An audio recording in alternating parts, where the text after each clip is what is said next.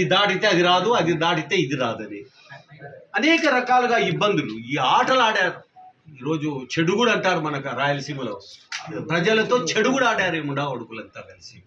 కాబట్టి ఇవన్నీ కట్టడి చేస్తాం, న్యాయం జరిగే వరకు పోరాటం చేసే తీరుతాం. ఈరోజు వీళ్ళు ఆక్రమించుకున్నట్టు అన్నీ కూడా దాని ఎంక్వైరీ రిపోర్ట్లో తయారు చేసి ఖాళీ చేపించి పేదలకే పంచుతాం.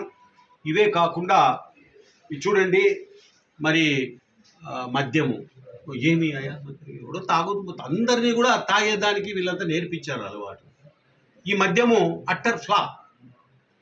మద్య నిషేధం తెస్తామని మహిళలకు చెప్పి ఈరోజు ప్రభుత్వ ఉద్యోగులే ఆడ కూర్చొని అమ్మే స్థాయిలో ఉన్నారు.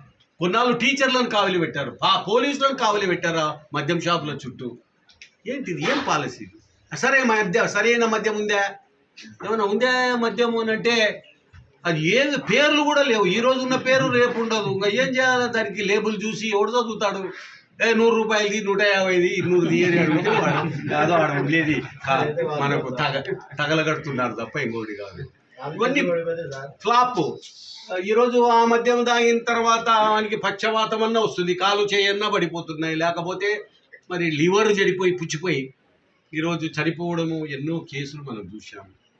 ఇప్పుడు పోయి ఆన్ ద స్పాట్ మనము జనరల్ హాస్పిటల్లోనూ ఇంకో హాస్పిటల్లో చూస్తే లివర్కు సంబంధించిన కేసులు ఎన్ని ఉన్నాయో చూద్దాంపా. ఇప్పుడు పోతే ఈ రకంగా దెబ్బతీశారు రాష్ట్ర ప్రజలను, పేదలను. ఈ రకమైనటువంటి పరిపాలన ఎప్పుడు రాదు, జరగదు. ఇంకా రాజధాని లేకుండా చేశారు. మన కర్నూలుకైతే న్యాయ రాజధాని పెద్ద మాటలు మాట్లాడారు. ఏడుంది న్యాయ రాజధాని లేదు, అన్యాయ రాజధాని లేదు, ఇక్కడ కనపడతనే లేదు. ఇంకా విశాఖపట్నం అనే, ఇంకా ఈ రాజధాని 3 రాజధానులనే అన్నీ ఎవడో ఏం. నాకు అనుమానం ఏమొస్తుందంటే ఏమన్నా మన ఈ పేరు లేని మద్యం దాగి ఏమన్నా ఆ 3లో మాట్లాడుతున్నారా ఏంటి మాటలు. తర్వాత ఇంకొకటి ఏం జరుగుతుందనంటే ఇప్పుడు మళ్ళా కొత్తగా మరి కొత్త బ్రాండ్ ఏమన్నా వచ్చిందేమో, హైదరాబాద్ రాజధాని అంటే ఏమన్నా పదే. పిల్లలు కూడా మాట్లాడరు. మన యూకేజీకి పోయే పిల్లలు లేకుండా అంగన్వాడీ సెంటర్లో ఉంటారు పిల్లలు, పాపం పిండిబడిలో, వాళ్ళు కూడా మాట్లాడరు. ఇట్లా ఈ రకంగా ఫెయిల్, అట్టర్ ఫ్లాప్ అయిపోయింది. ఈరోజు నీళ్లు లేకుండా చేశారు. చూడండి రేపు ఇదే కాలనీలో కానీ లేకపోతే ఇదే రాయలసీమలో కానీ టౌన్లలో కానీ ఎక్కడైనా తాగేదానికి కూడా నీళ్లు ఉండవు. చూడండి వచ్చే నెలలో అప్పుడు ఏం సమాధానం చెప్తారు వీళ్ళు? అంతా కరువు, ఎక్కడ చూడు కరువే. ఈ కరువు మీద సమాధానమే లేదు. అసెంబ్లీలో చర్చలు లేవు. ప్రధానమంత్రి దగ్గరికి కరువును గురించి తీసుకుపోయింది లేదు. అంతా స్వార్థమే. ఎట్లా డబ్బు సంపాదించాలి, ఎట్లా కొట్టేయాలా, యా ఇసుక దొరుకుతుంది, యా పొలం దొరుకుతుంది, ఏ ఖాళీ స్థలం దొరుకుతుంది, ఎక్కడ పర్సంటేజ్లు కొట్టేయాలా, యా ఇసుక దందా ఎట్లా చేయాలా. ఇప్పుడు మద్యము మామూలుగా మనం అన్నిటికీ మనము ఇది కొడుతున్నాం. మనము ఏది ఫోన్పే కానీ లేకపోతే డిజిటల్ పేమెంట్స్, దీనికి క్యాష్ ఇవ్వాలా, అన్నీ ఉడుచుకొని పోతాడు, అన్నీ అమరావతికి పోతాయి. ఏం చేయాలా మన కర్మ? ఈడనేమో సస్తున్నారు మంది. ఈ రకంగా ఉంది. ఈరోజు శబరమ్మ, డాక్టర్ శబరి, ఆమెకు Nandyal parliament ticket Telugu Desam party ఇచ్చింది. అవతల క్యాండిడేట్ ఉన్నాడు పోచా బ్రహ్మానందరెడ్డి. అంటే ఏ బ్రహ్మ ఆనందంలో ఉన్నాడో తెలియదు. ఈ 5 సంవత్సరాలు ఆయన బుడ్డగుండాడా, లేకపోతే ఎత్తుకుండాడా, లేకపోతే కర్రెగుండాడా, లేకపోతే ఎర్రగుండాడా, పొచ్చబడిందా, పొట్టబడి ఎవరికి తెలియదు. ఏమో ఎట్టుంటాడు అంటే మాకు తెలియదు. ఎప్పుడైనా ఫోటోలన్నా చూసినామంటే తెలియదు నాయన.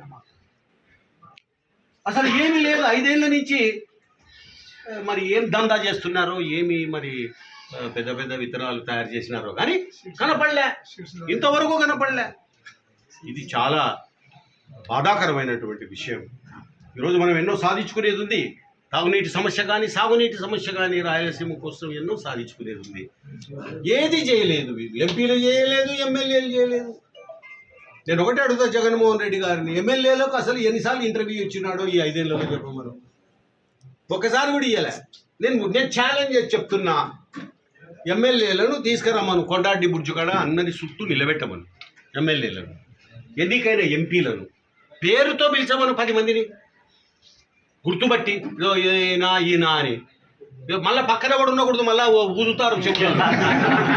ఇదిగో గుర్తుబట్టి ఈయన పేరు ఇది, ఇదే పేరు ఇదో ఫలానా నియోజకవర్గం ఈయన, ఇదో ఈయన, ఇదిగో ఈయన మరి కడప, ఇదిగో ఈయన రాజంపేట, లేకపోతే ఈయన పుత్తూరు, లేకపోతే ఈయన మంత్రాలు చెప్పమను, గుర్తుబట్టి పేరు చెప్పమను చాలు. ఇంకా ఎందుకు వాడినే తీసుకుపోమను అధికారాన్ని.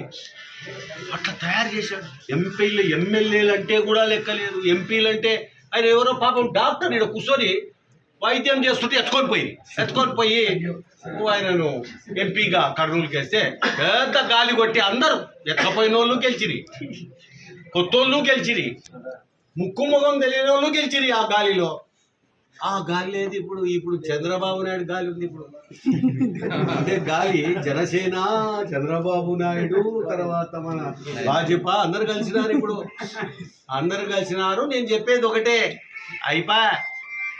అయిపోయా ఈ స్కాములలో పెద్ద స్కాములు ఇవన్నీ. ఈ స్కాములలో కేజ్రీవాల్ అక్కడ వెయిట్ చేస్తున్నాడు. ఎక్కడ? ఢిల్లీలో, తిహారే కదా. ఇక ఆడికి పిలుస్తున్నాడంట, మనం బాగా ఎంజాయ్ చేస్తాం. స్కామ్స్ లో ఇరుక్కుంటాడు ఆయన, తప్పదు.